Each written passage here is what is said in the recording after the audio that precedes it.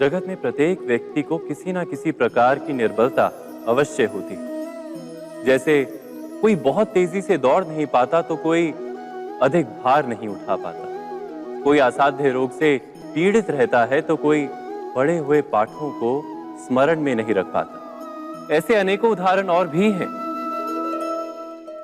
क्या आप किसी ऐसे व्यक्ति को जानते हैं जिसे सब कुछ प्राप्त हो और हम जीवन की उस एक निर्बलता को जीवन का केंद्र मानकर जीते हैं? इस कारणवश हृदय में दुख और असंतोष रहता है सदा। निर्बलता मनुष्य को जन्म से अथवा संजोग से प्राप्त होती है, किंतु उस निर्बलता को मनुष्य का मन अपनी मर्यादा बना लेता है। किंतु कुछ व्यक्ति ऐसे भी होते हैं जो अपने पुरुषार्थ और श्रम से उस निर्बलता को पराजित कर देते हैं। क्या भेद है उनमें और अन्य लोगों में? क्या आपने कभी विचार किया है? सरल सा उत्तर है इसका। जो व्यक्ति निर्बलता से पराजित नहीं होता, जो पुरुषार्थ करने का साहस रखता है हृदय में, वो निर्बलता को पार कर जाता है। अर्थात निर्बलता अवश्य ईश्वर देता है, किंतु मर्यादा मनुष्य का मन ही निर्मित करता है। स्वयं विचार कीजिए।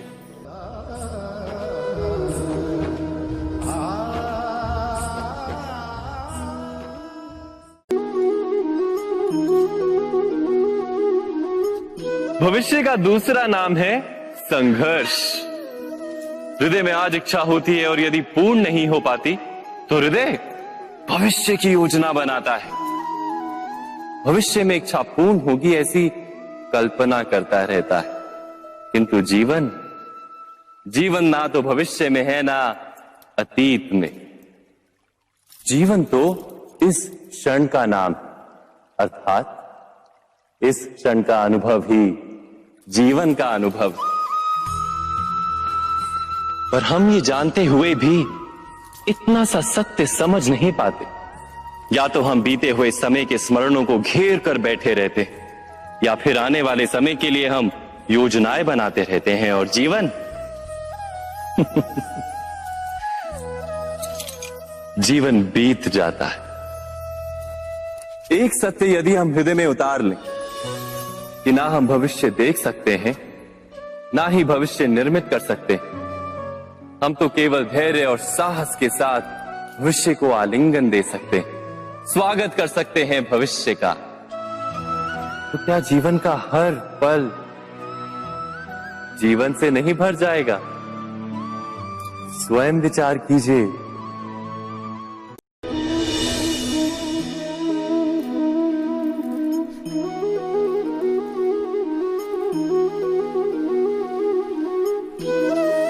ज्ञान प्राप्ति सदा ही समर्पण से होती है, ये हम सब जानते हैं।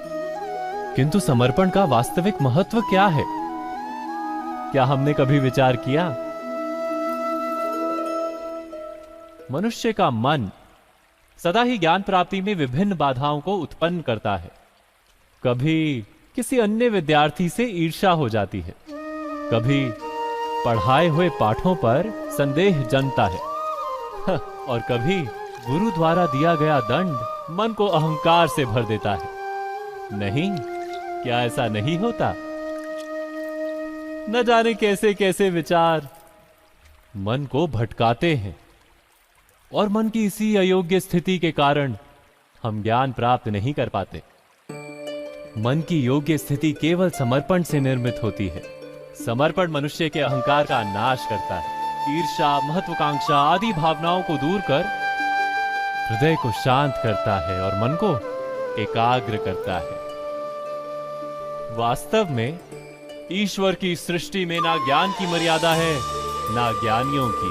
गुरु दत्तात्रेय ने तो गाय और श्वान से भी ज्ञान प्राप्त कर लिया था। अर्थात विषय ब्रह्म ज्ञान का हो या जीवन के ज्ञान का या गुरुकुल में प्राप्त होने वाले ज्ञान का, उसकी प्राप्ति के लिए गुरु से अधिक महत्व है उस गुरु के प्रति हमारा समर्पण। क्या यह सत्य नहीं?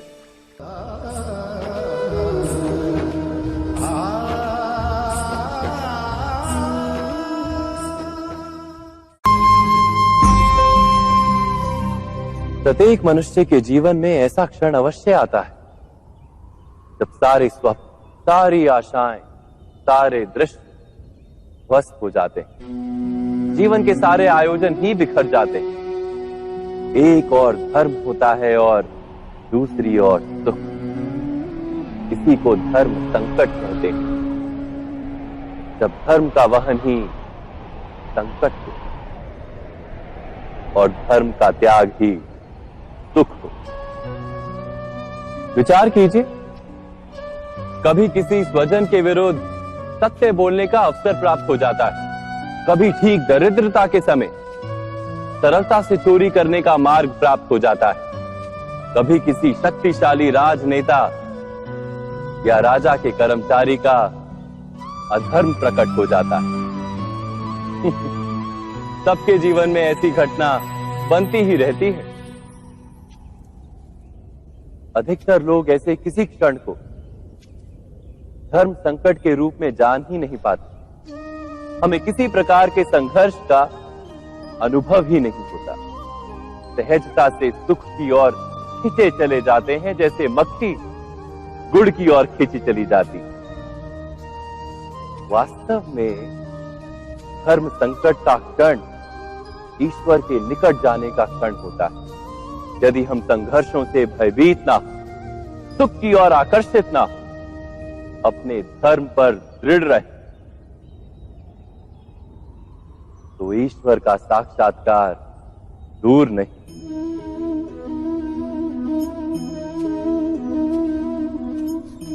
पवन से युद्ध करने वाला पत्ता यदि पेड़ से गिरता है तो भी आकाश की ओर उठता है। पवन से झुकने वाली घास वहीं भूमि पर रह जाती है। अर्थात धर्म संकट से यदि हम संकट को ही टाल दें तो सुख तो मिलता है, जीवन बढ़ता है, किंतु क्या चरित्र नहीं टूटता? क्या आत्मा दरिद्र नहीं हो जाती? क्या ईश्वर से अंतर नहीं हो जाता? स्वयं विचार कीजिए। दो व्यक्ति जब निकट आते हैं तो एक दूसरे के लिए सीमाएं और मर्यादाएं निर्मित करने का प्रयत्न अवश्य करते हैं। हम यदि सारे संबंधों पर विचार करें तो देखेंगे कि इन सारे संबंधों का आधार यही सीमाएं हैं जो हम दूसरों के लिए निर्मित करते हैं। और यदि अनजाने में भी कोई अन्य व्यक्ति इन सीमाओं को तोड़ता है तो उसी क्षण हमारा हृदय क्रोध से भर जाता है। इन सीमाओं का वास्तविक रूप क्या है? क्या हमने कभी विचार किया? सीमाओं के द्वारा हम दूसरे व्यक्ति को निर्णय करने की अनुमति नहीं देते। अपना निर्णय उस व्यक्ति पर थोपते, अर्थात किसी की स्वतंत्रता का अस्वीकार करते हैं हम। और जब स्वतंत्रता का अस्वीकार किया जाता है तो उसका हृदय दुख से भर जाता है। और जब वो सीमाओं को तोड़ता है तो हमारा हृदय क्रोध से भर जाता है। क्या ऐसा नहीं होता?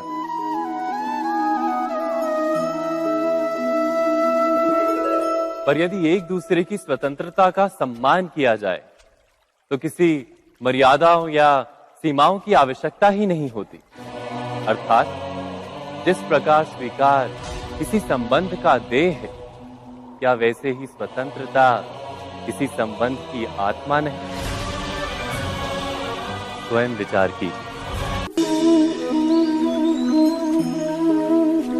सबके जीवन में ऐसा प्रसंग अवश्य आता है कि सत्य कहने का निश्चय होता है हृदय में, किंतु मुख से सत्य निकल नहीं पाता। कोई भय मन को घेर लेता है। किसी घटना अथवा प्रसंग के बारे में बात करना या फिर स्वयं से कोई भूल हो जाए उसके बारे में कुछ बोलना, क्या ये सत्य है? नहीं, ये तो केवल तथ्य है। अर्थात जैसा हुआ था वैसा केवल बोल देना सामान्य सी बात है। किंतु कभी कभी उस तथ्य को बोलते हुए भी भय लगता है। कदाचित किसी दूसरे की भावनाओं का विचार आता है मन। दूसरे को दुख होगा ये भय भी शब्दों को रोकता है।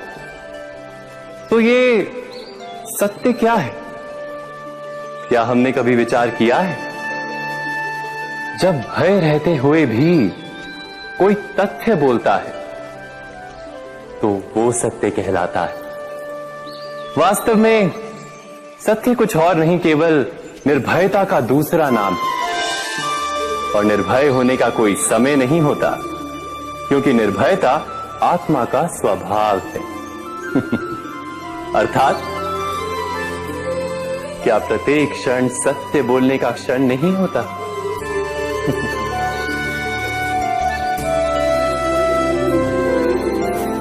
स्वयं विचार कीजिए।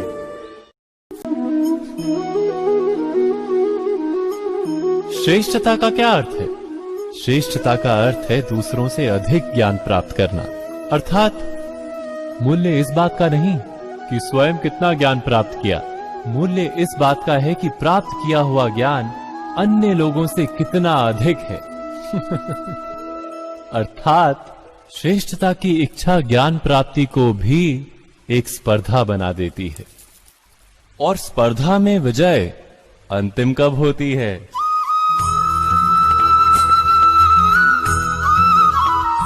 कुछ समय के लिए तो श्रेष्ठ बना जा सकता है, किंतु सदा के लिए कोई श्रेष्ठ नहीं रह पाता। फिर वही असंतोष, पीड़ा और संघर्ष जन्म लेता है। किंतु श्रेष्ठ बनने के बदले यदि उत्तम बनने का प्रयत्न करें तो क्या होगा? उत्तम का अर्थ है कि जितना प्राप्त करने योग्य है वो सब प्राप्त करना, किसी से अधिक पाने की इच्छा से नहीं, मात्र आत्मा की तृप्ति हेतु कुछ प्राप्त करना। उत्तम के मार्ग पर किसी अन्य से स्पर्धा नहीं होती, स्वयं अपने आप से स्पर्धा होती है। अर्थात उत्तम बनने का प्रयत्न करने वाले को देर अबेर सारा ज्ञान प्राप्त हो जाता है, बिना प्रयत्न के ही वो श्रेष्ठ बन जाता है। किंतु जो श्रेष्ठ बनने का प्रयत्न करता है वो श्रेष्ठ बने या ना बने, उत्तम कभी नहीं बन पाता।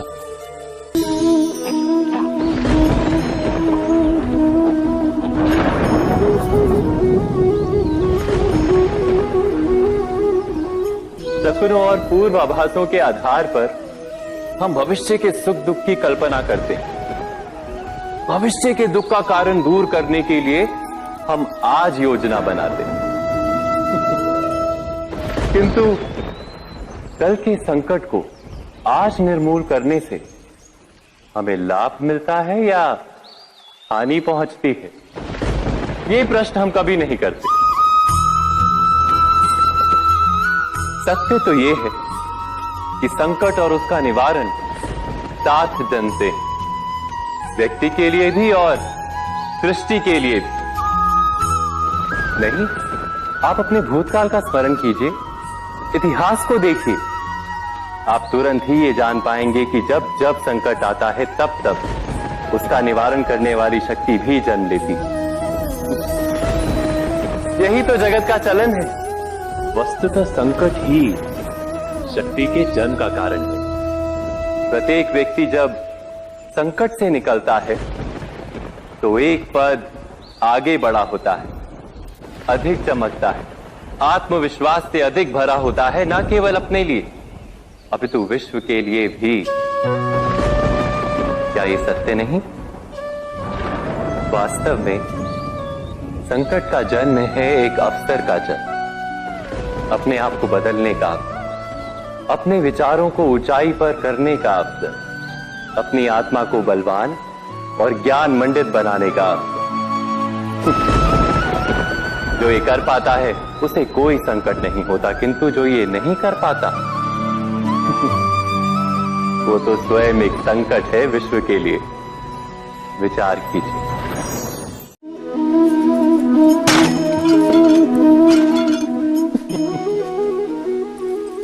कभी कभी कोई घटना मनुष्य के जीवन की सारी योजनाओं को तोड़ देती और मनुष्य उस आघात को अपने जीवन का केंद्र मान लेता।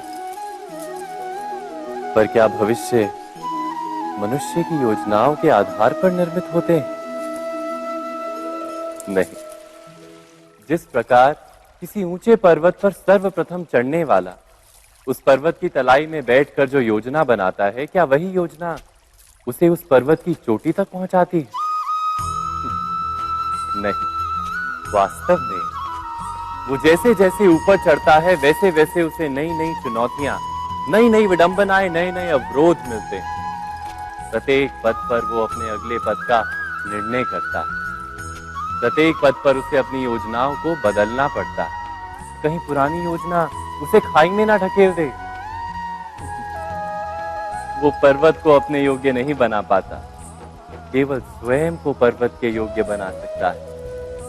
क्या जीवन के साथ भी ऐसा ही नहीं? जब मनुष्य जीवन में किसी एक चुनौती को, एक अवरोध को अपने जीवन का केंद्र मान लेता है, अपने जीवन की गति को ही रोक देता है, तो वो अपने जीवन में सफल नहीं बन पाता और ना ही सुख और शांति प्राप्त कर पाता। अर्थात जीवन को अपने योग्य बनाने के बदले स्वयं अपने को जीवन के योग्य बनाना ही सफलता और सुख का एकमात्र मार्ग नहीं। स्वयं विचार कीजिए।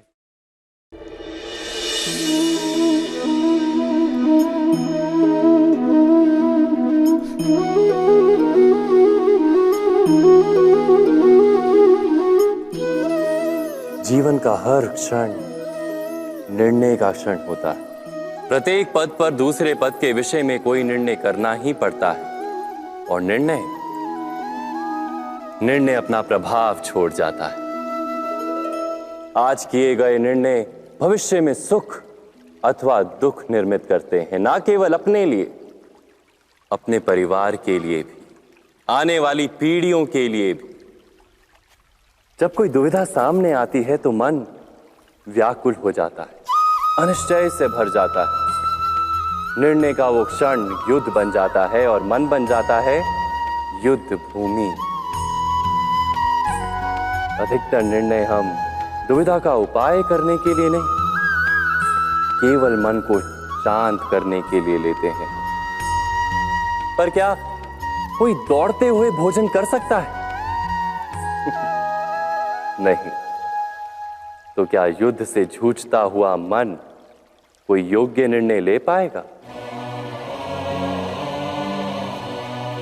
वास्तव में शांत मन से जब कोई निर्णय करता है तो अपने लिए सुखद भविष्य बनाता है, किंतु अपने मन को शांत करने के लिए जब कोई निर्णय करता है तो वो व्यक्ति भविष्य में अपने लिए कांटों भरा वृक्ष लगाता है।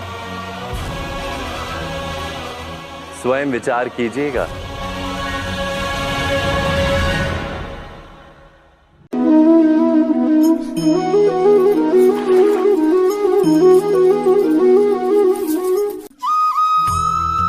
जीवन में आने वाले संघर्षों के लिए जब मनुष्य स्वयं को योग्य नहीं मानता, जब उसे अपने ही बल पर विश्वास नहीं रहता, तब वो सद्गुणों को त्याग कर दुर्गुणों को अपनाता है। वस्तुतः मनुष्य के जीवन में दुर्जनता जन्म ही तब लेती है जब उसके अंतर में आत्मविश्वास नहीं होता। आत्मविश्वास ही अच्छाई को धारण करता है। ये आत्मविश्वास है क्या?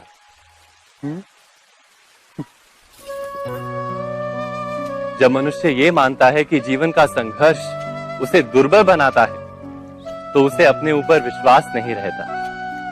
वो संघर्ष के पार जाने के बदले संघर्ष से छूटने के उपाय ढूंढने लगता है।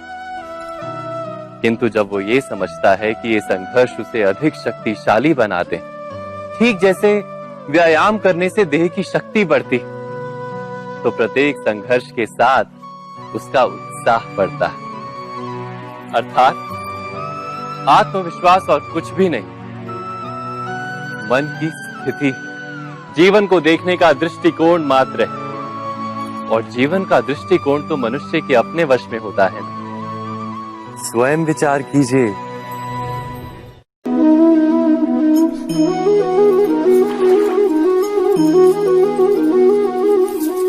पिता सदा ही अपने संतान के सुख की कामना करते, उनके भविष्य की चिंता करते रहते। इसी कारणवश सदा ही अपने संतानों के भविष्य का मार्ग स्वयं निश्चित करने का प्रयत्न करते रहते। जिस मार्ग पर पिता स्वयं चला है, जिस मार्ग के कंकर पत्थर को स्वयं देखा है, मार्ग की छाया, मार्ग की धूप को स्वयं जाना है, उसी मार्ग पर उसका पुत्र भी चले, यही इच्छा रहती है हर पिता की। निस्संदेह उत्तम भावना है ये, किंतु 3 प्रश्नों के ऊपर विचार करना हम भूल ही जाते हैं। कौन से प्रश्न? प्रथम प्रश्न, क्या समय के साथ प्रत्येक मार्ग बदल नहीं जाते? क्या समय सदा ही नई चुनौतियों को लेकर नहीं आता? तो फिर बीते हुए समय के अनुभव नई पीढ़ी को किस प्रकार लाभ दे सकते हैं? दूसरा प्रश्न, क्या प्रत्येक संतान अपने माता पिता की छवि होता है? हाँ, संतानों को संस्कार तो अवश्य माता पिता देते हैं, किंतु भीतर की क्षमता तो ईश्वर देते हैं। तो जिस मार्ग पर पिता को सफलता मिली है, विश्वास है कि उसी मार्ग पर उसकी संतानों को भी सफलता और सुख प्राप्त होगा। तीसरा प्रश्न, क्या जीवन के संघर्ष और चुनौतियां लाभकारी नहीं होती? क्या प्रत्येक नया प्रश्न एक नए उत्तर का द्वार नहीं खोलता? तो फिर संतानों को नए नए प्रश्नों, संघर्षों और चुनौतियों से दूर रखना, ये उनके लिए लाभ करना कहलाएगा या हानि पहुंचाना? अर्थात जिस प्रकार संतान के भविष्य का निर्माण करने के बदले उसके चरित्र का निर्माण करना श्रेष्ठ है, वैसे ही संतानों के जीवन का मार्ग निश्चित करने के बदले उन्हें नए संघर्षों के साथ जूझने के लिए मनोबल व ज्ञान देना अधिक लाभदायक नहीं होगा? स्वयं विचार कीजिए। मनुष्य की सबसे बड़ी दुर्बलता क्या होती है? सोचिए। धन, प्रेम, अहंकार। मनुष्य की सबसे बड़ी दुर्बलता होती है उसके रहस्य। चाहे आप कितने भी शक्तिशाली क्यों ना हो, कितने भी प्रबल क्यों ना हो, परंतु उसके रहस्य उसके नाश की चाबी होती है। इसलिए यदि प्रबल रहना है, शक्तिशाली रहना है, समर्थ रहना है, तो अपने रहस्य को किसी को भी ना बताएं, ना मित्र को और ना ही शत्रु को, क्योंकि समय पड़ने पर कब कौन शत्रु हो जाए ऐसा कहना संभव नहीं। विभीषण को रावण के अमृत कुंड का ज्ञात था, इसीलिए प्रभु श्री राम रावण का वध करने में सफल हो सके। इसलिए उचित यही है कि आप अपने रहस्य को स्वयं तक ही सीमित रखें। मनुष्य जीवन की परीक्षा में सफल होने के लिए क्या नहीं करता? वो परिश्रम करता है, दौड़ भाग करता है, और ये सब करने के पश्चात भी जब उसका काम नहीं बनता तो वो नकल करता है ना? तनिक लौटिए अपने बचपन में, स्मरण कीजिए अपने बचपन की स्मृतियों का। क्या स्मरण हुआ? विद्यालय में जब आप परीक्षा देने जाते थे तो क्या होता था? आप ना सहे, परंतु कोई ना कोई सफलता पाने के लिए नकल करता ही था और उत्तीर्ण भी हो जाता था, है ना? परंतु जीवन की परीक्षा ऐसी नहीं होती। नकल करने वाला सफल नहीं होता। कारण विद्यालय में सबके प्रश्न पत्र एक होते थे, परंतु जीवन के प्रश्न पत्र और उनकी कठिनाई सबके लिए भिन्न होती, तो निश्चित रूप से उनके उत्तर भी भिन्न होंगे ना।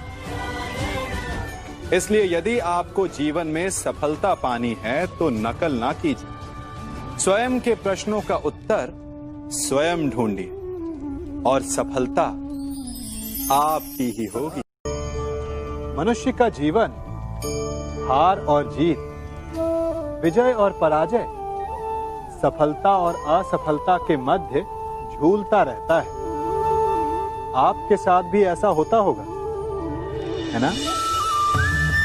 जब आप सफल होते हैं, किसी चुनौती पर विजय पाते हैं, तो मन प्रसन्नता से आनंद के उपवन में झूमने लगता है।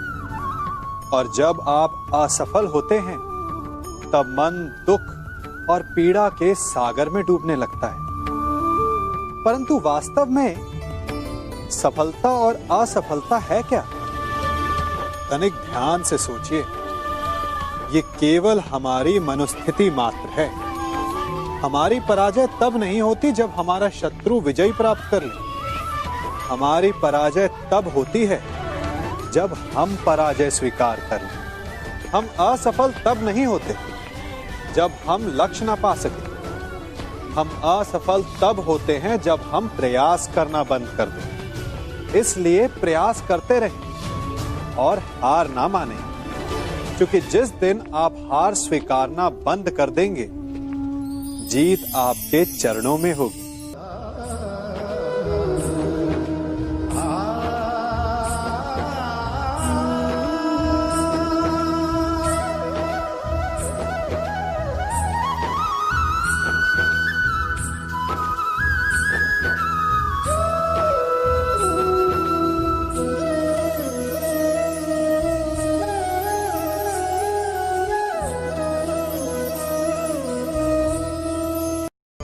आप सबने बरगद के वृक्ष को तो देखा ही होगा।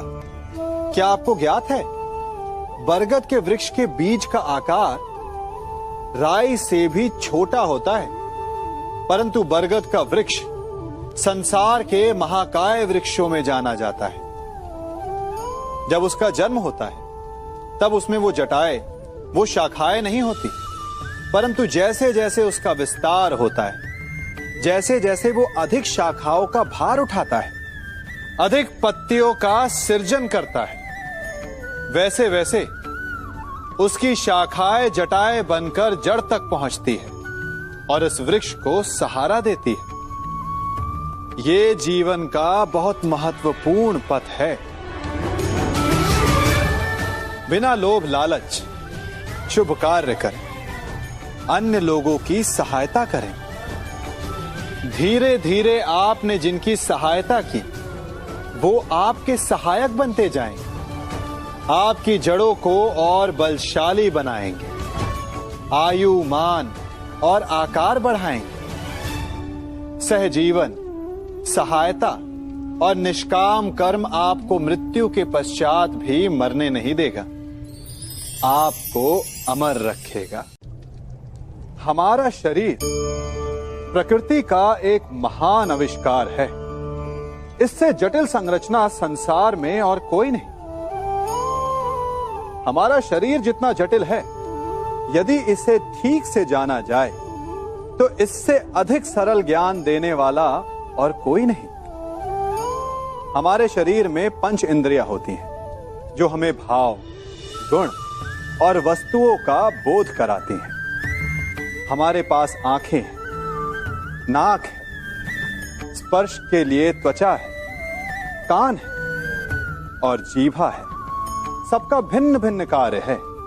आंखों से देखना, कानों से सुनना, नथनों से श्वास लेना, त्वचा से स्पर्श करना और जीभा से स्वाद लेना। परंतु क्या आपने कभी सोचा कि प्रकृति ने हमें 2 आंखें दी, 2 नथने दी, 2 कान दी, स्पर्श के लिए ये पूरा शरीर दिया, परंतु जीभा केवल 1 दी? ऐसा क्यों? क्योंकि प्रकृति चाहती है कि हम देखें अधिक, सुने अधिक और ज्ञान अधिक अर्जित करें, बोले कम। क्योंकि अधिक वाचाल नाश को निमंत्रण देता है। स्मरण रखिएगा।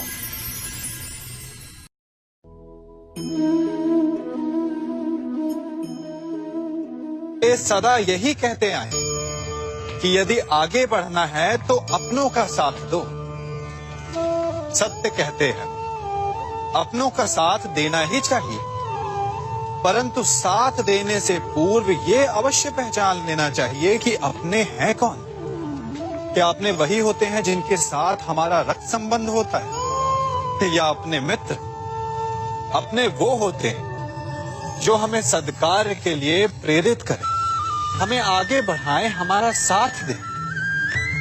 और वो जिनका साथ देने से समाज का नाश, धर्म की हानि हो, वो सगे हो करके भी सगे नहीं होते। इसलिए जब अपनों की परिभाषा का चुनाव करें तो उन्हें अपना माने जो आपका साथ दे, उन्हें नहीं जो हमें अज्ञान के मार्ग पर ले जाएं।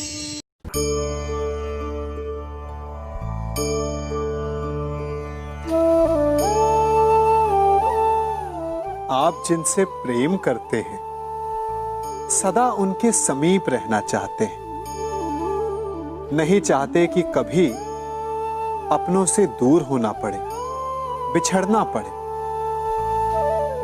परंतु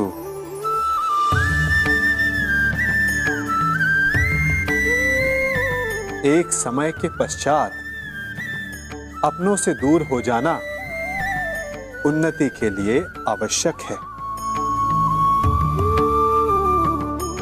आप माता पिता हैं ना, यदि आप अपनी संतान के जीवन के हर पग पर उनका मार्गदर्शन करते रहेंगे तो आपकी संतान स्वयं मार्ग चुनना कैसे सीखेगी?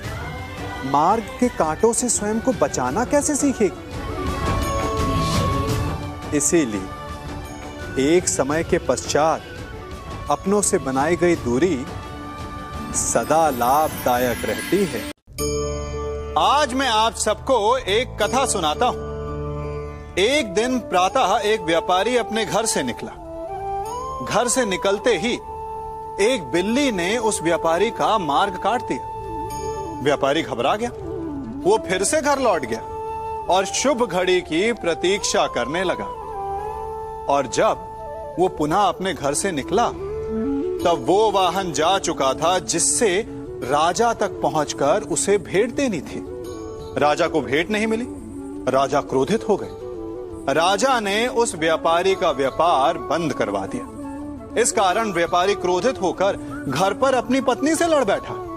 पत्नी अपने बच्चों समेत मैके वापस चली गई और उस व्यापारी के जीवन में यदि कुछ रह गया था तो केवल अंधकार। और इन सब का कारण वो उस बिल्ली को मानता रहा जिसने उसका मार्ग काटा था। ऐसा ही एक दूसरा व्यापारी राजा को भेंट देने निकला और उस व्यापारी का मार्ग भी एक बिल्ली ने काट दिया।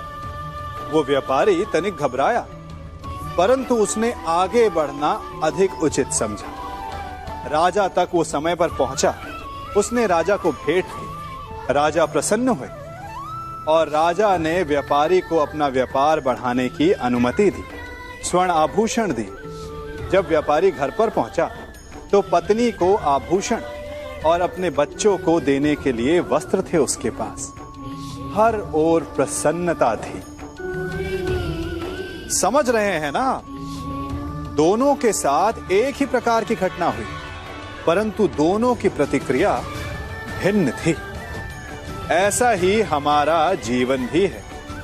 हमारे जीवन में प्रारब्ध का अपना स्थान है, परंतु उससे कई अधिक महत्वपूर्ण हमारी प्रतिक्रिया, हमारे सोच का प्रभाव है, क्योंकि यही हमारे जीवन को आकार देते हैं। इसलिए अपनी सोच को सकारात्मक रखिए। आपका जीवन सदैव आनंदमय।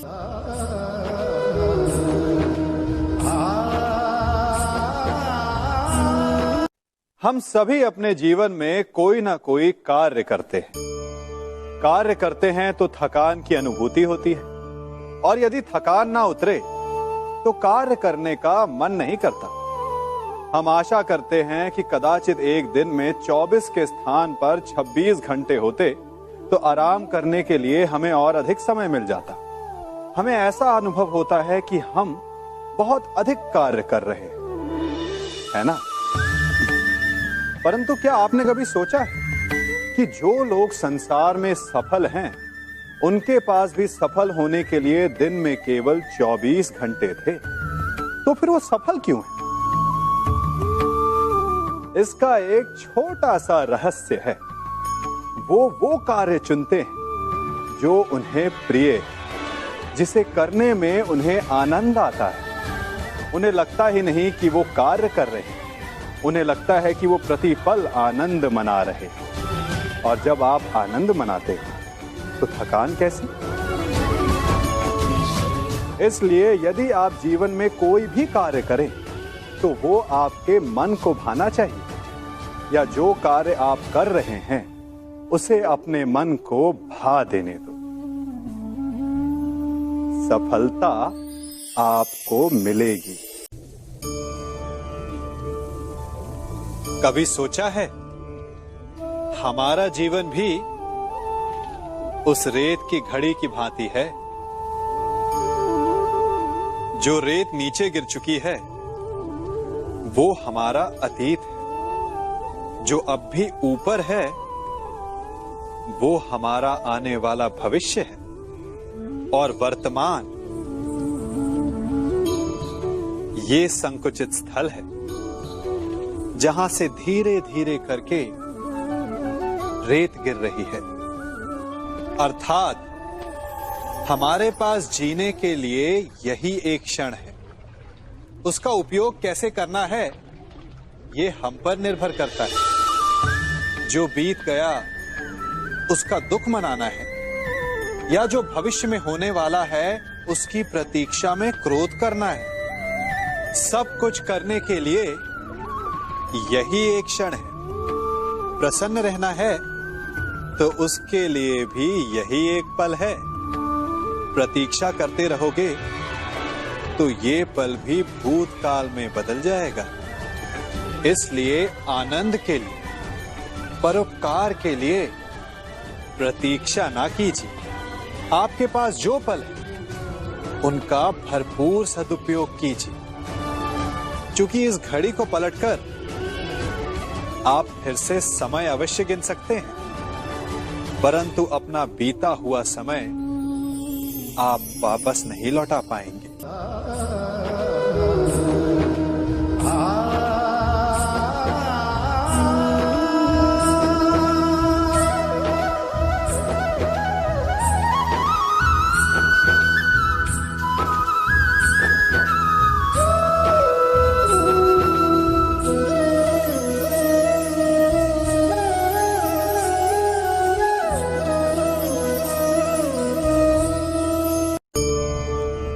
मनुष्य भी बड़ा विचित्र प्राणी है। अपनों से नीचे के स्तर के लोगों को वो हे दृष्टि से देखता है, उनका उपहास उड़ाता है, उनसे बार बार कहता है कि तुम्हारा कुछ नहीं हो सकता, तुम भविष्य में कुछ नहीं कर पाओगे। जब मनुष्य के पास धन, संपत्ति, मान होता है तो वो दूसरों का आदर नहीं करता, परंतु वो एक बात भूल जाता है कि उससे भी अधिक शक्तिशाली कोई अस्तित्व में है, और वो है समय। काल काल अपना चक्र कब बदलेगा ये कोई नहीं जानता। समय अपनी करवट कब लेगा ये कोई नहीं जानता। कोयला भी समय के साथ साथ हीरे में परिवर्तित हो जाता है। इसलिए जीवन में कभी भी किसी का भी उपहास नहीं उड़ाना चाहिए।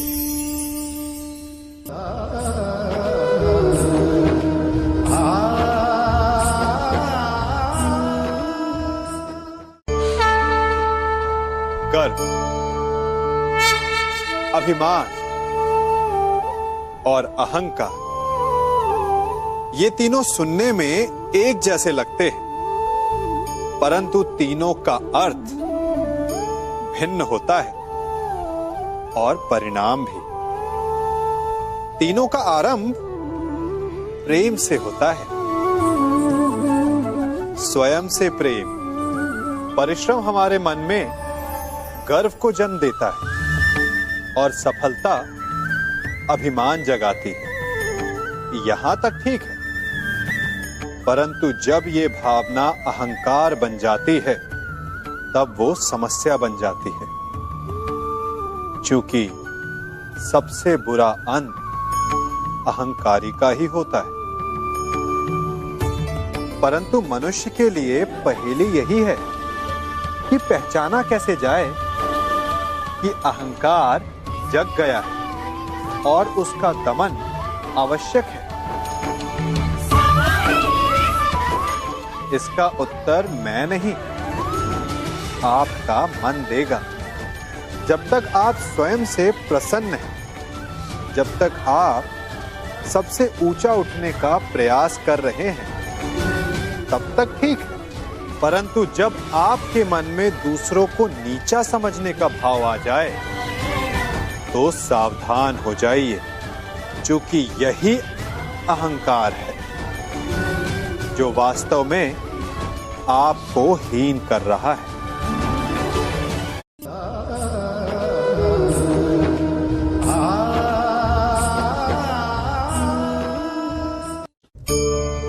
आज मैं आप सबको एक कहानी सुनाता हूं। एक दिन गोकुल में दो व्यापारी आए।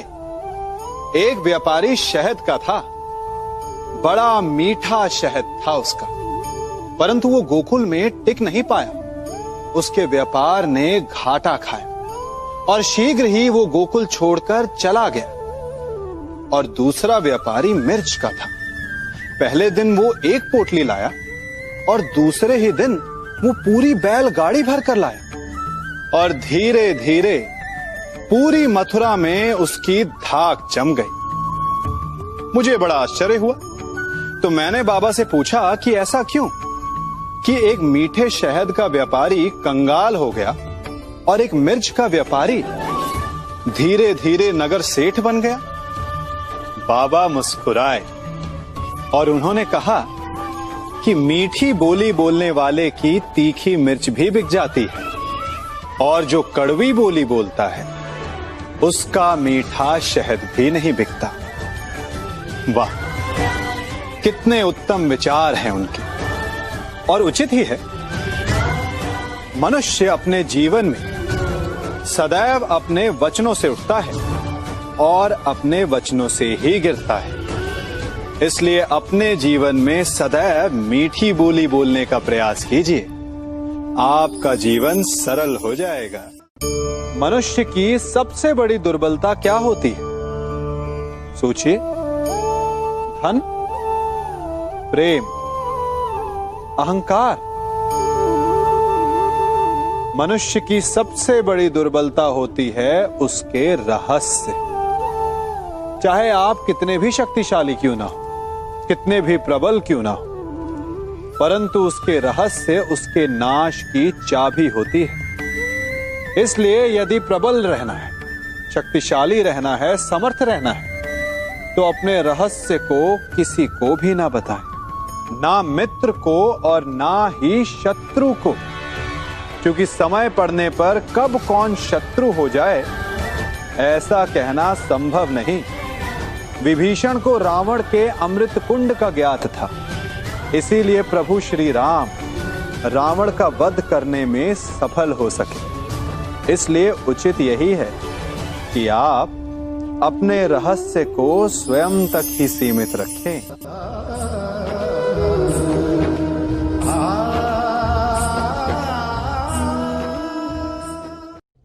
युवा अवस्था भी हमारे जीवन का कितना सुंदर काल होता है ना। बाहु में बल, मन में कुछ बड़ा कर जाने की चाह, आंखों में भविष्य के सुंदर और कोमल सपने। और इसी अवस्था में मनुष्य के भीतर पनपता है प्रेम। किसी को देखकर उस पर मन मोहित हो जाता है और फिर मनुष्य अपना सब कुछ उस पर न्यौछावर कर देना चाहता है। फिर प्रेम की परिणति होती है विवाह में। क्यों? सबको अपने खट्टे मीठे संस्मरण स्मरण हुआ है ना। परंतु यहीं से अधिकतर माता पिता और संतान के मध्य विचारों का विरोध प्रारंभ हो जाता है। संतान को लगता है कि उसका चुना जीवन साथी ही उसके लिए उपयुक्त है, और माता पिता को लगता है कि संतान अनजाने में भूल कर रही है। संतान का तर्क होता है कि उसे विवाह किससे करना है, ये उसका अधिकार है, और माता पिता का तर्क ये होता है कि अब भी जीवन साथी चुनने की समझ संतान में है ही नहीं। तो इस अवरोध को काटा कैसे जाए, उचित निर्णय कैसे लिया जाए? इसका एक ही मार्ग है, अपने उत्तरदायित्व का भान और अपनों से बड़ों के मापदंडों का भान। विवाह करने से पूर्व यह जान लेना आवश्यक है कि विवाह केवल अपने प्रेम को पाने का मार्ग नहीं है, अपितु विवाह से जीवन का एक नया द्वार भी खुलता है, और हर नए जीवन के साथ नए उत्तरदायित्व भी होते हैं। और यदि इन उत्तरदायित्वों को समझकर निर्णय लिया जाए तो विश्वास कीजिए, आपका दाम्पत्य जीवन आनंद से भरा रहेगा, और आपको कभी यह पछतावा नहीं होगा कि आपने कोई अनुचित निर्णय लिया।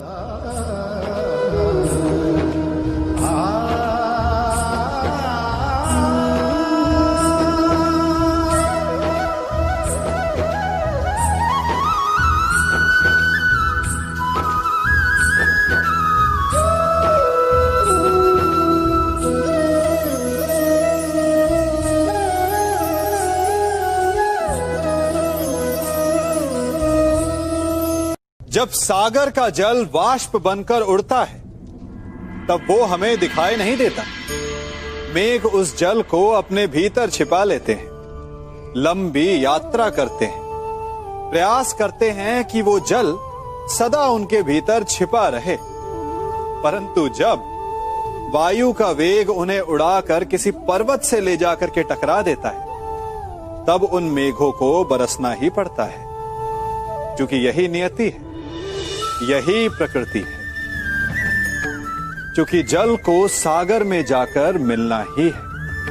ठीक ऐसा ही हमारे साथ भी होता है। हम सत्य को अपने मन के मेघों में चाहे जितना छिपाने का प्रयास कर लें, परंतु समय की आंधी उसे वास्तविकता के पर्वत से ले जाकर के टकराकर हमारे समक्ष ले ही आती है। जिस भय के कारण आप सत्य को सामने नहीं लेकर आना चाहते, एक दिन वही भय हमारे समक्ष आकर खड़ा हो जाता है, और फिर हम लाचार हो जाते हैं, क्योंकि हमने उस भय का सामना करने की तैयारी नहीं की होती। इसलिए सत्य से भागे नहीं, उसे छिपाए भी नहीं, उसे स्वीकार करें। भविष्य की बड़ी विपत्ति से बच जाएंगे।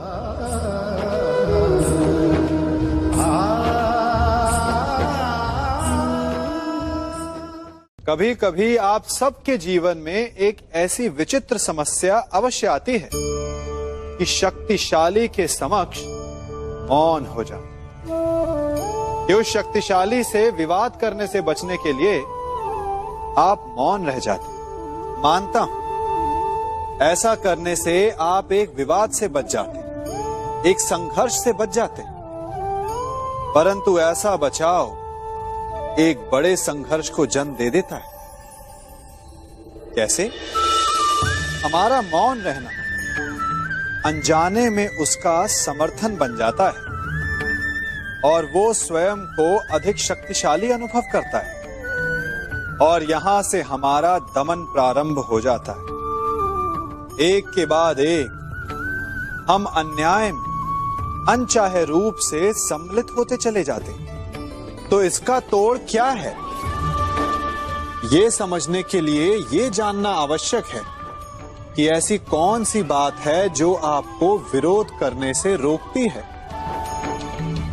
ये सामने वाले की शक्ति नहीं जो आपको रोकती है, ये आपके भीतर छिपा भय है जो आपको रोकता है। हाँ, कभी कभी भय आपकी सुरक्षा अवश्य कर सकता है, परंतु साथ साथ ये भी जानना आवश्यक है कि ये भय ही है जो आपको मौन भी रखता है, इसलिए अपने मन से भय को निकालिए और खुलकर अनीति का, अन्याय का विरोध कीजिए और फिर देखिएगा आपका मन कितना मुक्त, कितना हल्का अनुभव करेगा।